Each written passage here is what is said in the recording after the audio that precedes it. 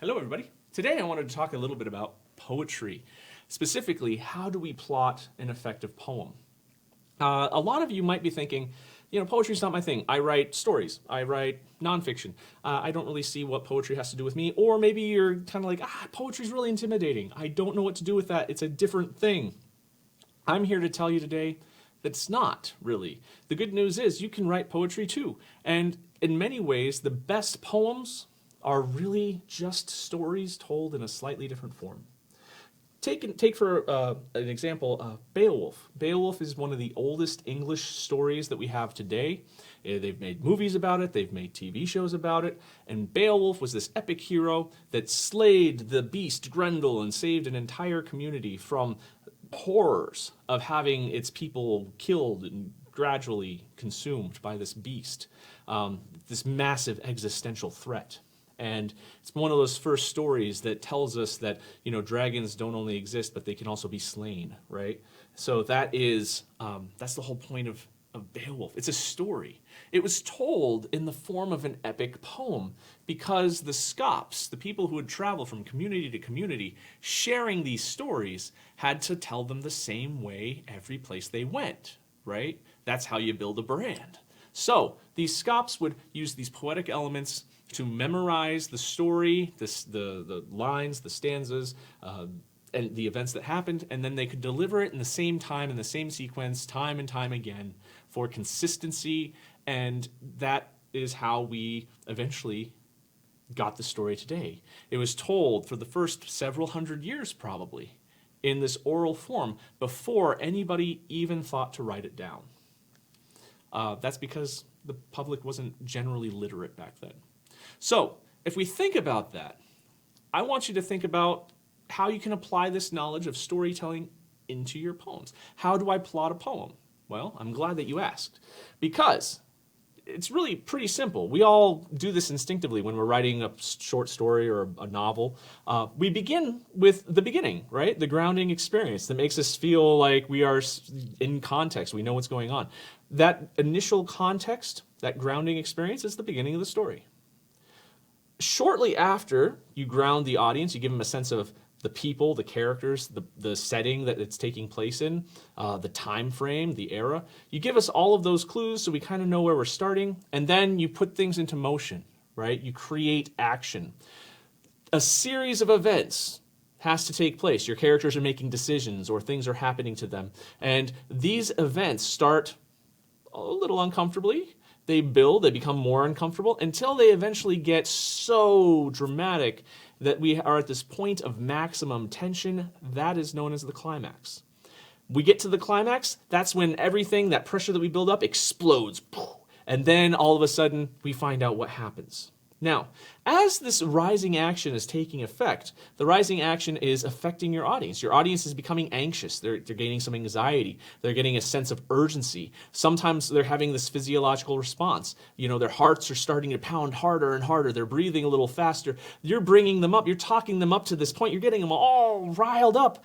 And at that moment of tension, when your characters get that release, your audience doesn't always get that release. So what do you got to do? You got to talk them down. You got to talk them off that ledge, right? After that event happens and then people finally find out what's happening, there's this period of falling action where we talk them off the ledge, we bring them back down to a sense of new normal, and then we arrive at the final resolution. And that is the ending that then allows us to feel like we can go on, we can step away from this, we can go on with our lives and, make the changes or be happy or whatever the story is trying to get us to do. So that's a basic plot. Grounding, rising action, climax, falling action, ultimate resolution.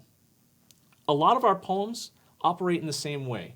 And to share, to show how this happens, I'm going to share one of my poems. It's one of my earliest poems that I've ever published. It's in the chapbook Breathe Automatic. So if you want to go back to my bookstore and look at that and go to Amazon or go to Barnes & Noble or wherever, make a purchase, that'd be kind of cool. But this is The Head I Held, and it's the first poem in this collection.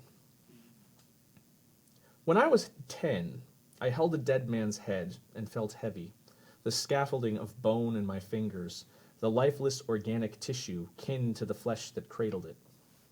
Lifting each earthen fragment, I envisioned his people, twisting their textiles, bundling him with his effects, wrapping him in linen, readying him for the bottom of the Windover bog.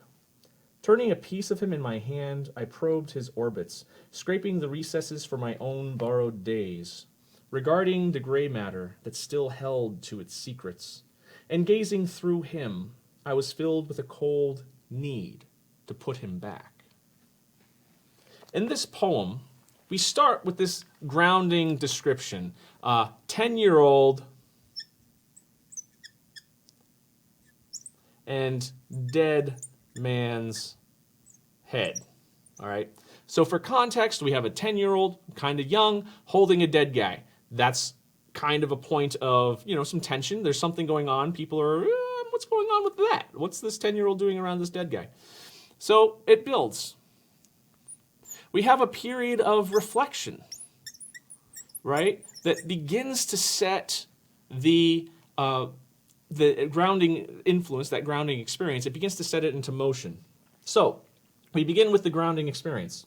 When I was 10, I held a dead man's head and felt heavy, the scaffolding of bone in my fingers, lifeless organic tissue kin to the flesh that cradled it.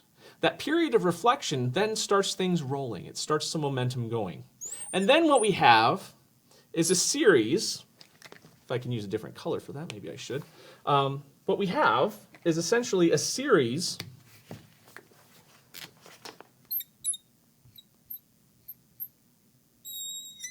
of events, actions. All right? You can tell this from the verbs that are being invoked, right? Lifting each earthen fragment, I envisioned his people. Twisting textiles, not just the textiles themselves. What am I doing? I'm showing you the textiles through the process that is used to make them. By weaving things together, they're twisting their textiles into threads that are going to be woven into the tapestry or whatever this textile is. They're bundling, right? Bundling. They're taking things, they're putting them together. It's a very active word. Wrapping. All right, so they're twisting the textiles, bundling his effects, and wrapping him in linen. All right, so what we have here is the death experience, right? The rituals for this community, the rituals of death. What happens when you die? Well, they twist their textiles to create the fabrics and threads. They bundle him with everything he owned. They wrap him in the linen that they just made, and they're readying.